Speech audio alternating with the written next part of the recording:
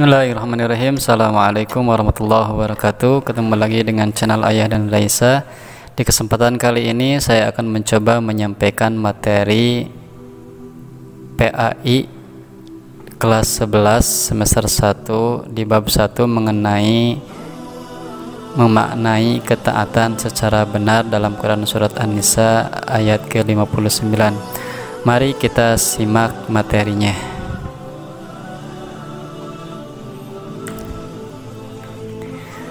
Memaknai ketaatan secara benar.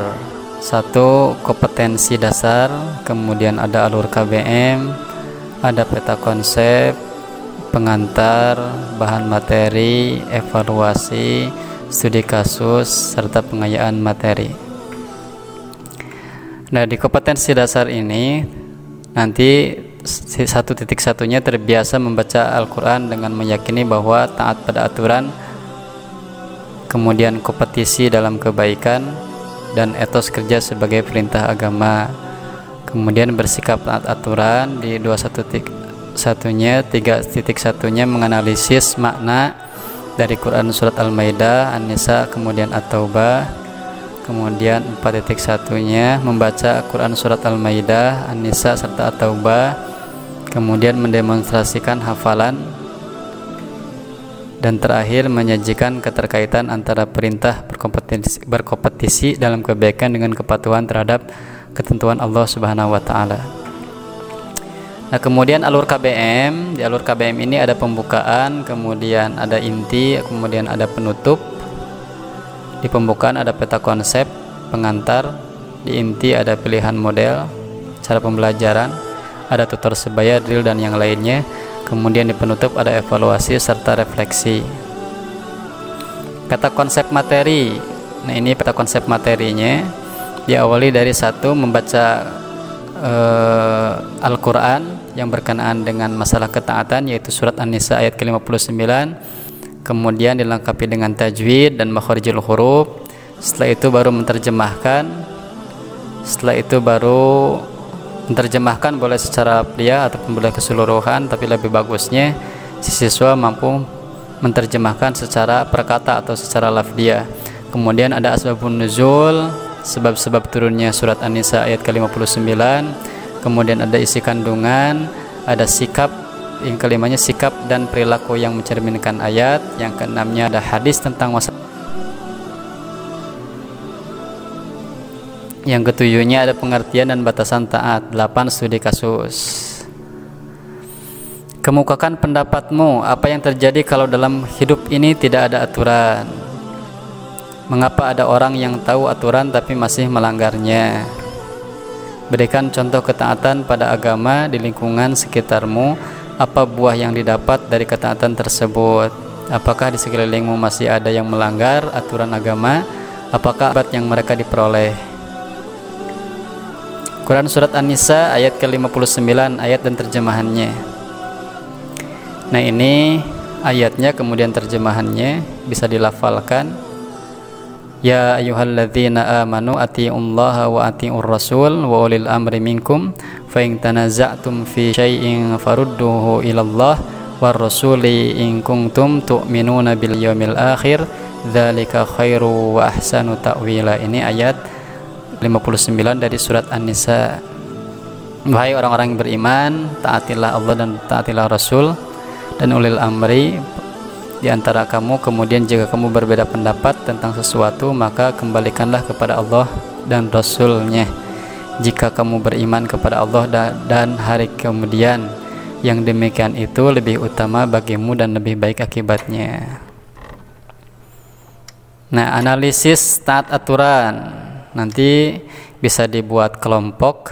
Kemudian apa yang dianalisisnya yaitu tentang masalah tajwid, isi kandungan, asbabun nuzul, kemudian perilaku taat aturan cerminannya, kemudian hadis, serta konsep taat aturan dan batasannya. Nah, ini boleh didiskusikan dengan ketika sudah terbentuk kelompoknya. Kemudian analisa ini supaya nanti dikerjakan oleh seluruh siswa ataupun siswinya yang berkaitan dengan masalah ketaatan. Kemudian ada analisis tajwid, yang terdapat dalam Quran surat An-Nisa. Ini boleh penggalan ayatnya apa, kemudian hukum tajwidnya apa. Ini contoh format seperti ini.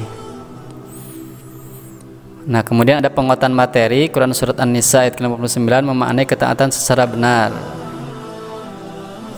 Asbabun nuzul, sebab turunnya surat An-Nisa ayat ke-59 memuat riwayat dari Imam Bukhari. Turunnya ayat ini berkenaan dengan diutusnya Abdullah bin Khuzafai bin Qais oleh Rasulullah SAW sebagai pemimpin suatu pasukan. Menurut Al-Hafiz Ibnu Hajar Al-Asqalani, kisah ini menjadi sebab turunnya Quran surat An-Nisa ayat ke-59 karena adanya batasan taat kepada perintah atau pemimpin dan menolak perintah pemimpin untuk terjun ke dalam api. Saat itu mereka memerlukan petunjuk berkenaan dengan apa yang harus mereka lakukan, sehingga ayat ini turun memberikan petunjuk kepada mereka, yaitu apabila berselisih pendapat hendaknya kembali kepada Allah dan Rasulnya. Dan ini asbabun nuzul atau sebab turunnya surat An-Nisa ayat ke-59. Isi kandungannya: 1. Taat dan patuh kepada Allah dengan mengamalkan isi Al-Quran dan meyakini dengan sepenuh hati bahwa semua yang diperintahkan pasti mengandung manfaat. 2. Menaati Rasulullah SAW. Mentaati perintah Rasulullah SAW merupakan pengejawantahan dari perintah Allah Subhanahu wa Ta'ala dalam Al-Quran dan Rasulullah SAW yang ditugaskan untuk menjelaskan isi kitab tersebut. Kemudian yang ketiga, mematuhi ketentuan ulil amri, yaitu orang yang memegang kekuasaan di antara kamu yang tidak mengandung kemaksiatan dan tidak bertentangan dengan Al-Quran dan hadis. Keempat, jika ada masalah yang diperselisihkan dan tidak ada kata sepakat, dikembalikan kepada Al-Quran dan hadis. Nah, sikap dan perilaku yang mencerminkan ayat: 1. Berusaha mengkaji ayat-ayat untuk mendapatkan pemahaman yang benar tentang hakikat taat kepada Allah, Rasulullah dan ulil amri. Kemudian yang keduanya, meyakini bahwa setiap perintah pasti mengandung manfaat dan setiap larangannya pasti mengandung madarat atau bahaya bagi manusia. Ketiga, berusaha melaksanakan semua perintah Allah Subhanahu wa Ta'ala sekuat tenaga sesuai kemampuan dan menjauhi semua larangannya. Keempat, berusaha meneladani semua akhlak Rasulullah SAW baik dalam hal ibadah, ritual ataupun ibadah sosial. Yang kelima, mematuhi perintah pemerintah selama aturannya tidak bertentangan dengan perintah Allah dan Rasulnya. Kemudian ada hadis yang berkenaan dengan masalah ketaatan: man ata'ani faqad ata'allah wa man asani faqad asallah wa man ata'a amiri faqad ata'ani wa man asa amiri faqad asani. Barang siapa yang taat kepadaku berarti ia telah taat kepada Allah, dan barang siapa yang durhaka kepadaku berarti ia telah durhaka kepada Allah. Barang siapa yang taat kepada amirku, yaitu yang muslim, pemimpin yang muslim, maka ia taat kepadaku, dan barang siapa yang maksiat kepada amirku maka ia maksiat kepadaku.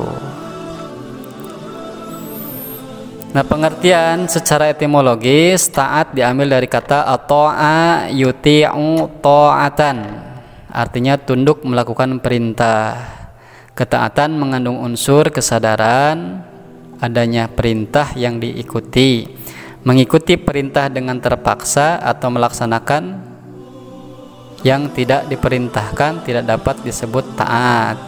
Nah, ini makna ketaatan. Adapun batasan taat: 1.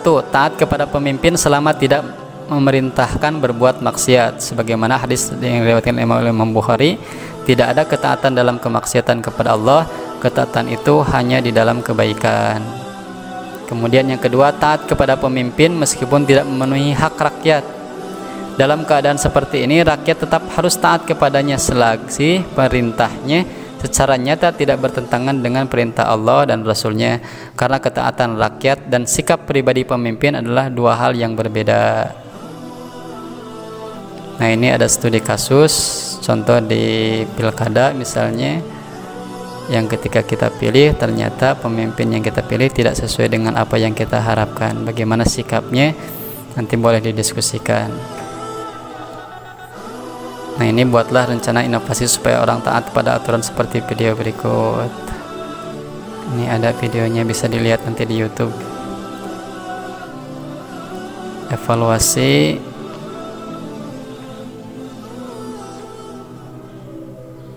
seperti apakah kriteria pemimpin yang harus kita pilih dan kita taati. Jelaskan sikap-sikap yang sejalan dengan kandungan Quran Surat An-Nisa. Ketika pemimpin tidak memenuhi hak rakyat, apakah rakyat masih harus taat kepada pemimpinnya? Jelaskan ketaatan kepada Allah, Rasulullah, dan ulil amri. Ini untuk pengayaan bahan bacaan bisa dilihat di website Islam NU, kemudian bersama dakwah.net. Ini bisa dilihat nanti di websitenya. Mungkin itu saja materi yang bisa disampaikan, mudah-mudahan manfaat. Kemudian nanti saya sisipkan buat bisa di-download link daripada materi berbentuk PowerPoint ini. Jangan lupa like dan subscribe channel Ayah dan Raisa, mudah-mudahan bermanfaat, dan mudah-mudahan channel ini terus berkembang dan memberikan manfaatan bagi kita semua. Jangan lupa, assalamualaikum warahmatullahi wabarakatuh.